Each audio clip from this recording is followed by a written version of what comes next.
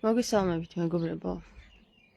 დღეს 14-ია, 14 ივნისია და გადავწყვიტე, რომ დღეს ჩავწერო სწორედ ის საკითხი, რაზეც აქამდე არ მისაუბრია და ეს იქნება ყოველთვის ძალიან დიდი შოკი. შეიძლება კიდევაც ძალიან დიდი კრიტიკა წამოვიდეს, რადგან ახლა მე ისეთ რაღაცას გაგიჟღერებთ, რომ თავად სასულიერო პირებიც შოკში დარჩებიან. და ზოგიერთმა ეს კარგად გადამალული თემა უკვე დიდი ხანია იცის. მე უბრალოდ ეხლა ადგილს ვეძებ, რაც შეიძლება მოვკალათდე ამ სასწაული ინფორმაციის გასაშხირებლად და უკვე მომივიდა პასუხი.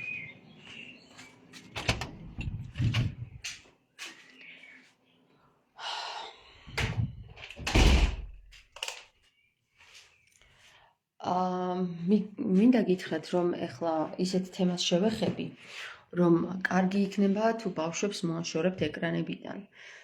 და ესე დავაწერდი რა, +18-ს დავასათაურებდი ამ ჩემ დღევანდელ ლაივს.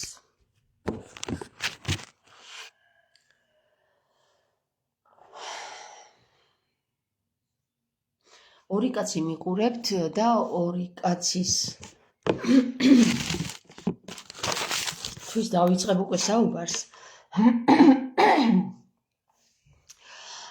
მეგობრებო, დღეს ვისაუბრებ თემაზე, თუ რა ხდებოდა სამეფო კარზე თამარის დროს, როდესაც გიორგი მესამე გარდაიცვალა და რა სიძვაში იყვნენ სასულიერო პირები და როგორ განაგებდნენ ისინი მეფეს.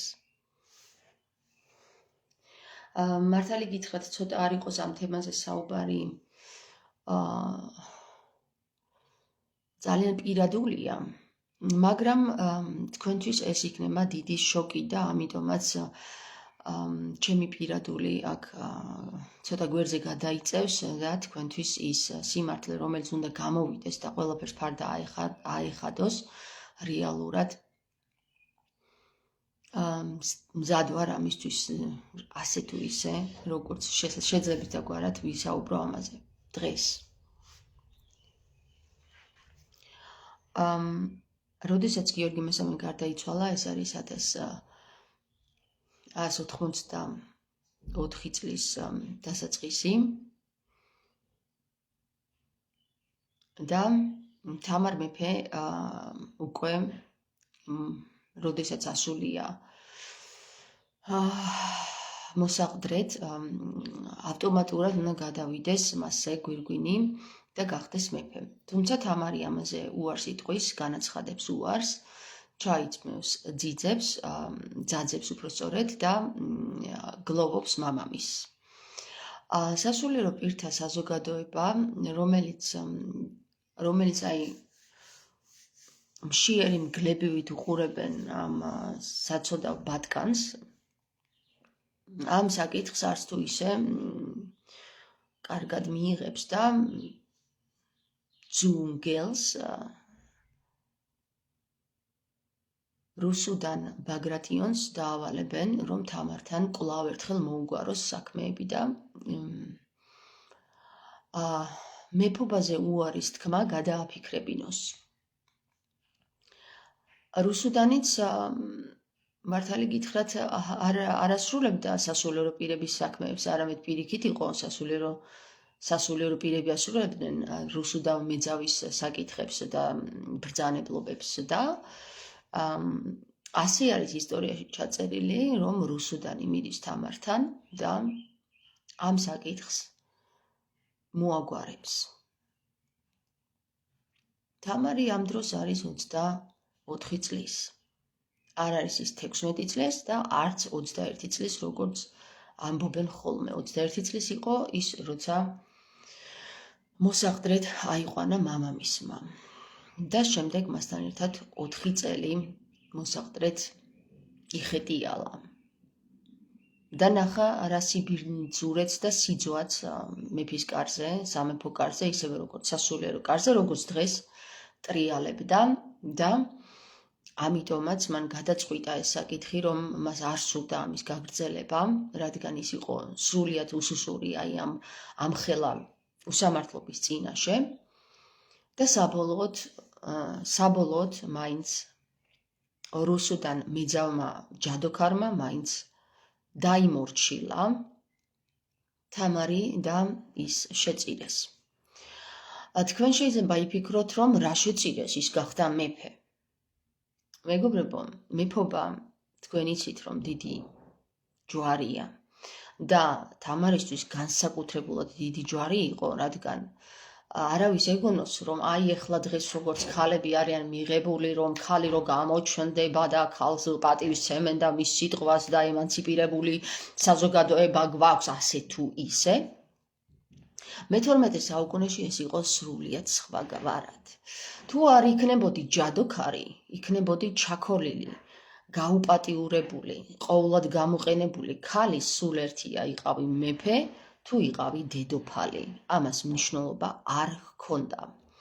ბავშვები და ქალები სრულიად დაჯაბნილი იყვნენ სამეფო კარზე. არ თქვას ეხლა ვიმემ, რომ ქართველები და საქართველოში სხვაგვარად იყო და ფუიეშ მაგს არაფერი არ იყო სხვაგვარად. საქართველოში ყველაზე დიდი სიძვა მიმდინარეობდა სწორედ მე-12 საუკუნეში, როგორც ბავშვებს, ისე ქალებს არაფრად არ თვლიდნენ და ისინი როგორც სექსუალურად, ისე ყველანაირად იყენებდნენ. ასევე რა თქმა უნდა მეფეებსაც.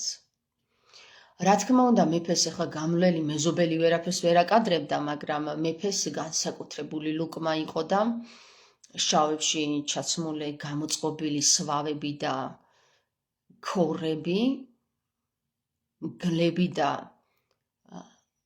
ლომებს ვერ უწოდებ მაგათ, ტურები კარგად იყენებდნენ ამ საქმეს, ამ საკითხს.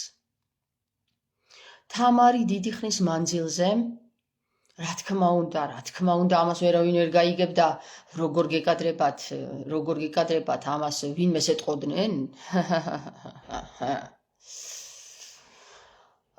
თამარი დიდი ხნის მანძილზე იყო მათი მსხვერპლი.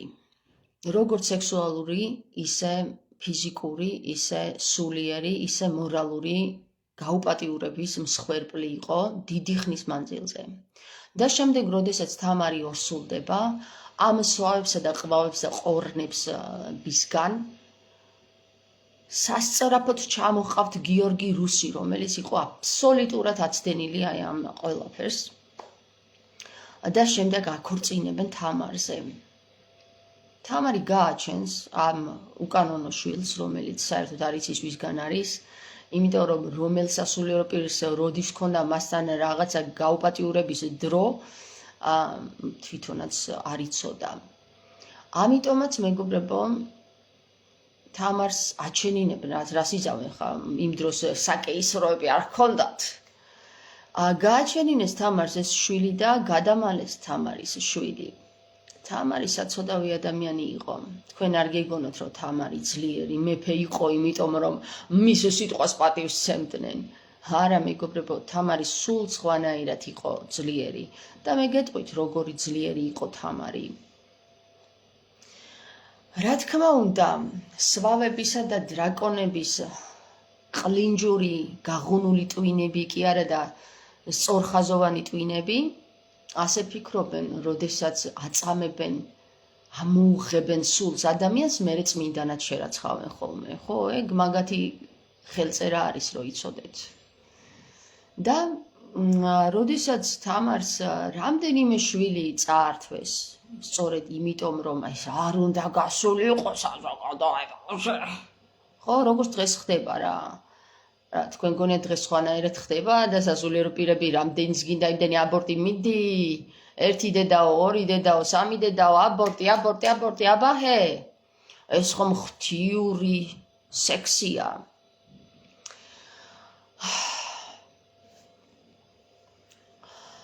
რუსუდან დედოფალი ამ საკითხის მსხვერპლი იყო, მაგრამ რუსუდან დედოფალმაც იხმარა ჭკუა და ის ალქაჯად გადაიქცა, სწორედაც რომ სწორედ თავისი ალქაჯობით იმორჩილებდა შემდეგ ამ სვავებსა და ყვავებს, ტურებსა და მგლებს.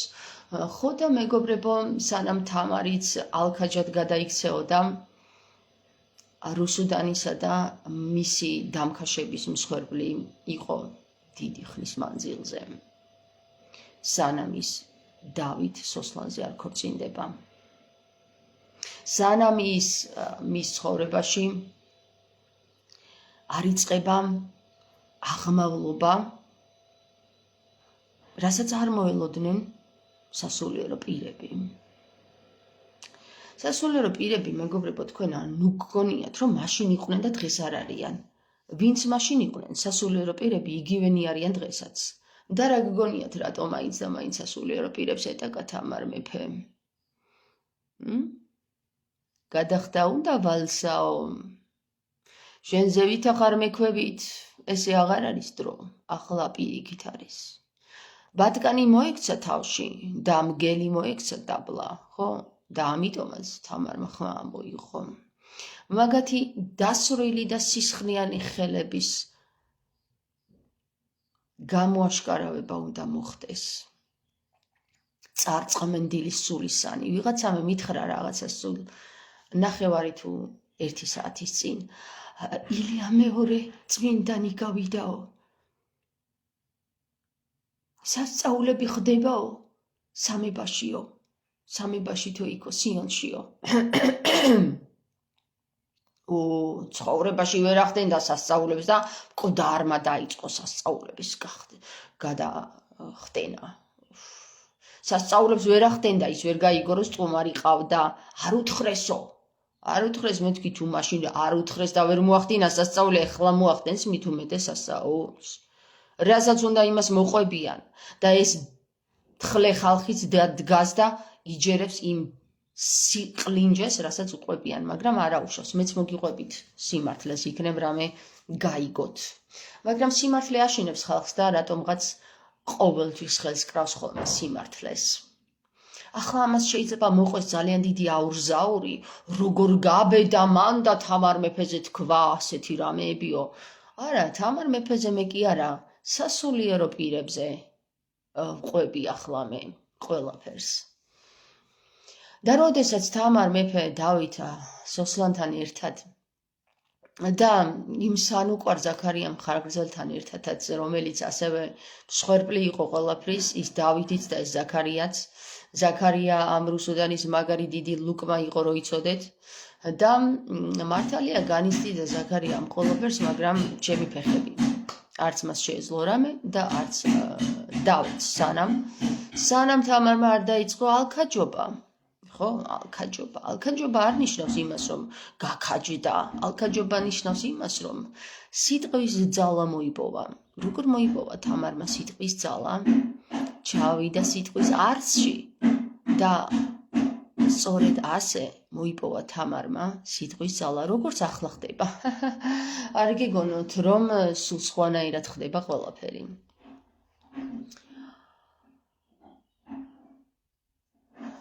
თამარი პატარა გოგო იყო სასულიერო პირებისთვის, იოლი მსხვერპლი. და ადვილი სათამაშო. ეგონათ მათ. ეგონოთ. მეგობრებო, ახლა დავასრულებ, რადგან უკვე ხმაურია, ჩემი მეუღლე რაღაცებს აკეთებს იქ და გავაგრძელებ სხვა დროს. კარგით? გემშვიდობებით მომავალ შეხვედრამდე.